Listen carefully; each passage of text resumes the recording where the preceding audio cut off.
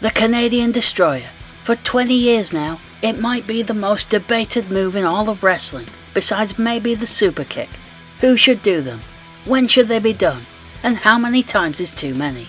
Some say one is too many, while others say a few dozen will add a couple of stars.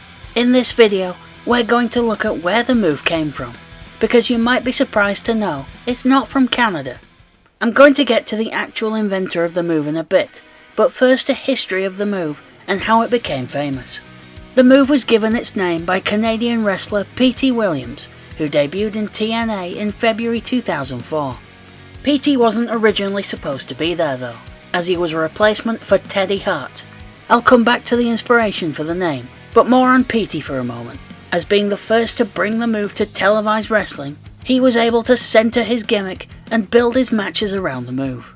Despite being in TNA for a few months, P.T. would use the move for the first time in TNA on the May 5th weekly pay-per-view, with Chris Sabin being its first victim. At the time, Brian Alvarez in his Figure 4 weekly newsletter would describe the move as sensational.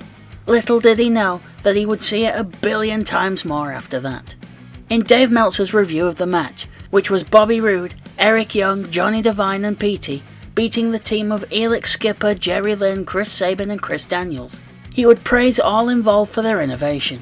He especially highlighted P.T. though, calling him the show stealer, and saying he looked good in the past, but nothing like this. A month later, Dave would explain where the name of the move comes from. They're calling the move the Canadian Destroyer, which is in honour of Douglas Chevalier, a trainer in the area who passed away in 2000. Chevalier passed away before Williams and Sabin started, but trained DeMore. Doug wrestled from the mid-80s through most of the 90s, using among other names the Canadian Destroyer. In 1993, DeMore, Doug and Chuck Fader would found Border City Wrestling, though Doug and Chuck would leave a year in. BCW would be part of the early career of many a Canadian wrestler, including P.T. Williams and fellow Team Canada members Eric Young and Bobby Roode. On March 24, 2023, in Windsor, Ontario, Canada, Impact Wrestling, still under the charge of Scott D'Amore, would present Sacrifice.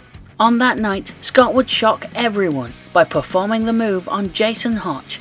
While it seemed like an insane thing to do on the surface, most viewers might not have known that Scott was performing the move that was dedicated to his trainer turned business partner, maybe even in tribute to him. In a 2021 interview with Wrestling Travel's Lockdown Sessions, P.T. explained in his own words where he first discovered the move. He said he was in a car with Sabin and fellow wrestler turned trainer Truth Martini on the way to wrestle for IWA Mid-South, and Sabin described the move for him.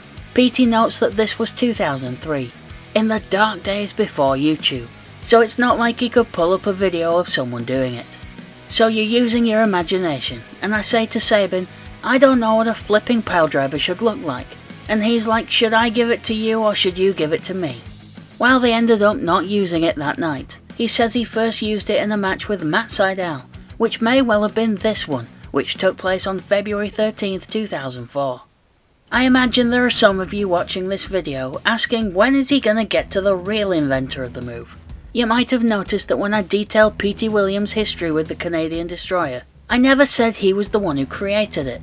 While P.T. may have been the first to use it in matches, it was actually invented a few years earlier by another pioneer of the early 2000s indies, the Amazing Red, who had come up with the move in 1998 in training, but never used it in a match.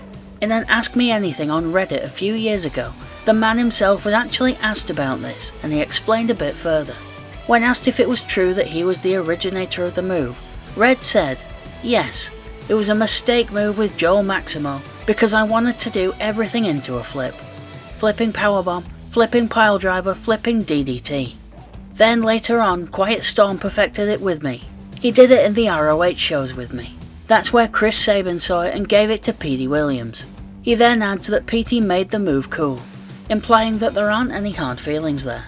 In 2002, Amazing Red and Quiet Storm took part in various multi-man matches for Ring of Honor, including one on ROH's very first event.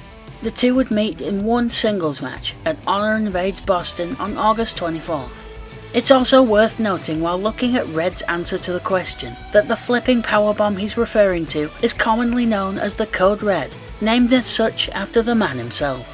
Flipping DDT could mean any number of things, from the moonsault version famously done by Rey Mysterio, to the 720 version done by the UK's Jody Fleisch, to the Essex Destroyer by Will Ospreay.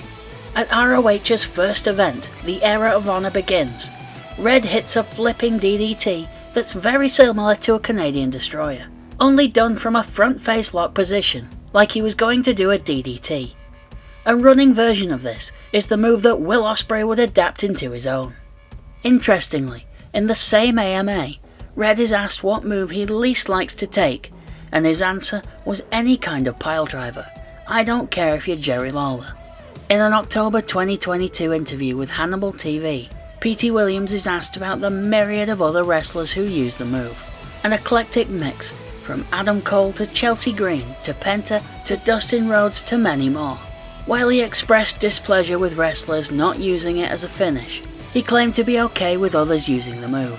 He also noted that he loves when people still refer to it as the Canadian Destroyer, which made me think of Pat McAfee in particular calling it the Mexican Destroyer when Penta uses it.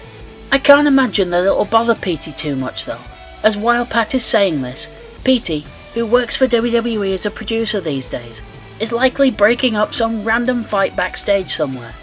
He did however point out that wrestlers have ruined it for themselves, because now nobody wants to see it.